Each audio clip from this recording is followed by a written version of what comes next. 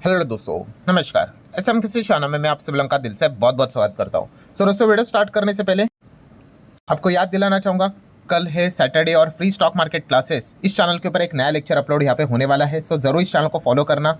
उसी के साथ साथ let's learn stock market and finance इस चैनल को भी जरूर फॉलो करके रखना। इसके ऊपर भी नया लेक्चर अपलोड यहाँ पे होने वाला है। दोनों चैनल की लिंक आपको नीचे डिस्क्रिप्शन में ऊपर आई बटन पे मिल जाएंगे। एंड आज के दिन के पहले 2 वीडियोस अगर आप चाहो तो जरूर यहाँ पे देख सकते हो। ट्रेड डील को लेकर जो खबर है, अपडेट है उसको लेकर, एंड इरेडा कंपनी 50% यहाँ पे क्यों डाउन देखने को मिल रही है।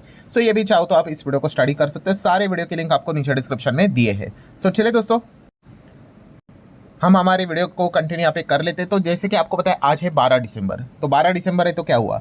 आप सभी लोगों को पता ही है, हर संडे एक वीडियो आता है कि हर हफ्ते क्या क्या चीज़ें रहेंगी, उसको मैं एडवांस में बताता हूँ। तो वैसे 12 दिसंबर को क्या है, ये भी पॉइंट मैंने आपको बताया था। हाँ, ये बात भी सच है कि बाजार बंद होने के बाद ये डेटा हम लोग को देखने को आप में मिलने वाला है। ठीक है, काफ़ी लोग बोलते हैं कि सर ये डेटा बाजार बंद होने के बाद, मतलब फ्राइडे शाम को ही क्यों देखने को मिल जाते हैं। तो दोस्तों, ये बाजार बंद होने के बाद ही आते हैं। उसका शेड्यूल ही उसी टाइम पे करके रखा हुआ है। कौन से डेटा की यहाँ पे मैं बात कर रहा हूँ दोस्तों, तो हमारा इन्फ्लेशन का डेटा, यस, सीपीआई का, इंडिया का सीपीआई का डेटा हमारे सामने आते हुए देखने को मिल चुका है।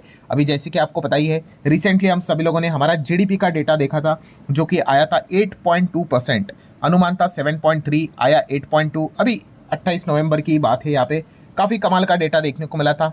नो डाउट यहाँ पे इस चीज़ के बाद बहुत ज़्यादा कंट्रोवर्सी भी होते हुए देखने को यहाँ पे मिल गई कि डेटा ये सच है कि झूठे करके। इसके ऊपर भी मैंने वीडियो बनाकर आप लोगों को कुछ पॉइंट्स यहाँ पे बताए थे। एंड अगर आपने वो वाला वीडियो नहीं देखा है, कोई बात नहीं, इस वीडियो को भी देखोगे तो आपको सारी चीज़ें समझ में आएगी कि डेटा सच है कि फेक है करके। पर अब इंपॉर्टेंट चीज़ क्या है, after the GDP data we also waiting for inflation का डेटा, जो कि आज हमारे सामने आते हुए देखने को यहाँ पे मिल चुका है। क्योंकि इन्फ्लेशन का डेटा को देखकर अनुमान आ जाता है भाई कि आरबीआई और कितने रेट कट यहाँ पे करेगा। जितना इन्फ्लेशन नीचे नीचे नीचे, उतना ही रेट कट की उम्मीदें आपकी बढ़ जाती है। दोस्तों, इन्फ्लेशन का डेटा सामने आ चुका है। तारीख आप देख सकते हो 12 दिसंबर। एंड अगर हम लोग यहाँ पे बात करें तो अनुमान कितने का था, तो फोरकास्टिंग थी 0.70 की महंगाई हम लोग को डेटा देखने को मिलेगा। बट एक्चुअल में आया कितना, 0.71। यस, मतलब लिटिल बिट थोड़ा सा बढ़कर देखने को मिल चुका है। बट इससे कोई फर्क नहीं पड़ता है दोस्तों। इन्फ्लेशन 0, मतलब 1% के नीचे हम लोग को देखने को यहाँ पे मिल चुका है। हम ज़रूर यहाँ पे कह सकते हैं इन्फ्लेशन अभी भी काफ़ी कंट्रोल में है। काफ़ी अच्छा पॉजिटिव डेटा हम लोग को देखने को यहाँ पे मिल चुका है। इसी चीज़ के लेकर दोस्तों अब बाजार में वापस चीज़ें स्टार्ट हो चुकी है कि आरबीआई के पास स्टिल रूम है मतलब अभी भी यहाँ पे स्कोप है to further rate cut. Because inflation अभी भी सॉफ्ट ही हम लोग को देखने को मिल रहा है। एंड पॉलिसी रेट्स की अगर बात कर ले, माइट भी 5% के नीचे भी हम लोग को शायद से जाते हुए देखने को मिल सकता है। मतलब जो रेपो रेट हम लोग को देखने को मिल जाता है, जो लास्ट टाइम 5.5 था, और इसी 5 दिसंबर की बात करें, आपको पता ही है 25 बेसिस का रेट कट हम लोग को देखने को मिल गया। कितना हो गया, 5.25 आया। अब ये इन्फ्लेशन का डेटा देखकर अब ये एक्सपेक्ट किया जा रहा है, अनुमान लगाया जा रहा है कि शायद से अगले आरबीआई की एमपीसी की मीटिंग में ये हम लोग को और 25 का रेट कट हम लोग को शायद से देखने को मिल जाए। एंड ये शायद से रेपो रेट 5 का हम लोग को देखने को यहाँ पे मिल जाए। ये एक अनुमान फिलहाल तो बाजार लगाते हुए देखने को यहाँ पे मिल रहा है। आप देख सकते हैं दोस्तों, जो डेटा है अभी भी 1% के नीचे देखने को मिल रहा है। पिछले जो 2 डेटा निकल कर आए हैं वो 1% के यहाँ पे नीचे देखने को यहाँ पे मिल चुके हैं। हाँ, ये बात सच है कि काफ़ी समय के बाद आप यहाँ पे देख सकते हो लाल लाल लाल रंग हम लोग को देखने को यहाँ पे मिलता था। ये लाल रंग मतलब क्या, जो ये वाला जो कॉलम है ये अनुमान रहता है कि भाई महंगाई आएगी 2.5%, आई 2.1, 1.76 अनुमान आया 1.5।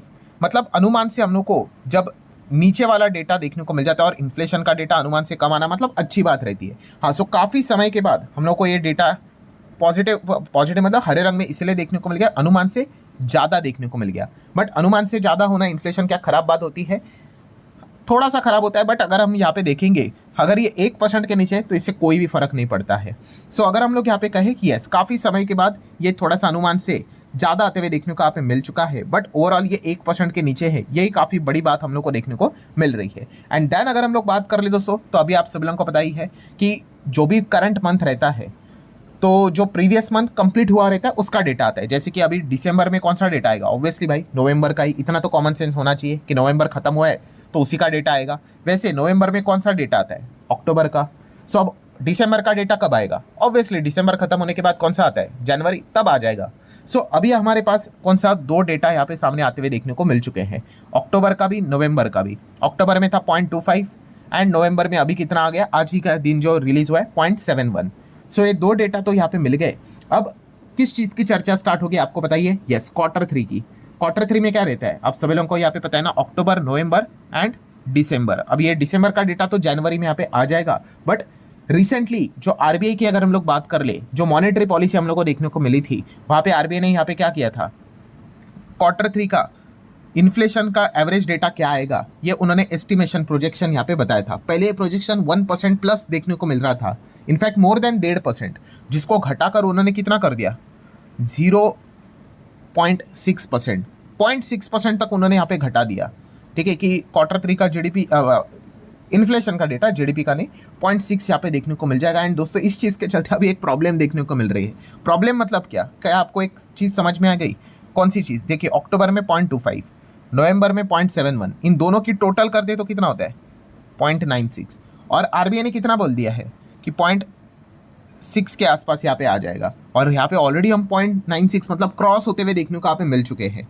सो अगले टाइम क्या यहाँ पे आरबीआई ने जो प्रेडिक्शन दिया है कि 0.6 तक यहाँ पे होना चाहिए, मतलब क्या आरबीआई ये एक्सपेक्ट कर रहा है कि अगले जब दिसंबर का मंथ जब खत्म होगा, जनवरी में दिसंबर का डेटा आएगा, वो क्या माइनस में आएगा?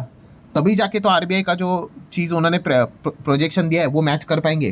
क्योंकि हम ऑलरेडी अगर देखोगे आप, 0.6 का अनुमान था, हम तो ऑलरेडी 0.96 पे आ चुके हैं, आगे ऑलरेडी जा चुके हैं। सो इस चीज़ को लेकर दोस्तों अब ये दिक्कत देखने को यहाँ पे मिल रही है। मतलब ये तो वक्त ही बताएगा भाई, दिसंबर का डेटा क्या माइनस में आके दिखाएगा यहाँ पे, और क्या आरबीआई के प्रोजेक्शन को मैच करेगा, ये तो भाई जब जनवरी में जब दिसंबर का डेटा आएगा तभी पता यहाँ पे चल जाएगा। तो इस एक चीज़ के चलते एक प्रॉब्लम हम लोग को क्रिएट होते हुए देखने को मिल चुकी है। सो चलिए अब देख लेते हैं नॉर्मल अगर इंटरनेट की बात कर ले क्या क्या चीज़ें देखने को मिल रही है। तो सबसे पहले तो आप देख सकते हो इन्फ्लेशन इंडिया का लिटिल बिट यहाँ पे बढ़ गया from the record low, but उससे कोई फर्क नहीं पड़ेगा। इनफैक्ट इकोनॉमिस्ट यही एक्सपेक्ट कर रहे हैं कि और स्कोप है भाई अनदर रेट कट का, एंड रेट कट अगर होगा, स्कोप होगा इस प्रकार की खबर से, तो भाई बाजार में तो जोश यहाँ पे आ ही जाता है। जितना अच्छा रेट कट उतना ज़्यादा मार्केट में इनडायरेक्टली और डायरेक्टली लिक्विडिटी आती हुई देखने को मिल जाती है। रिसेंटली हम लोगों ने देखा था आरबीआई ने जब रेट कट किया था उस दिन भी बाजार में एक डिसेंट परफॉर्मेंस हम लोग को देखने को यहाँ पे मिला था। सो हमेशा रेट कट बाजार के लिए अच्छी चीज़ यहाँ पे रहती है, जो कि हम यहाँ पे देख सकते हैं।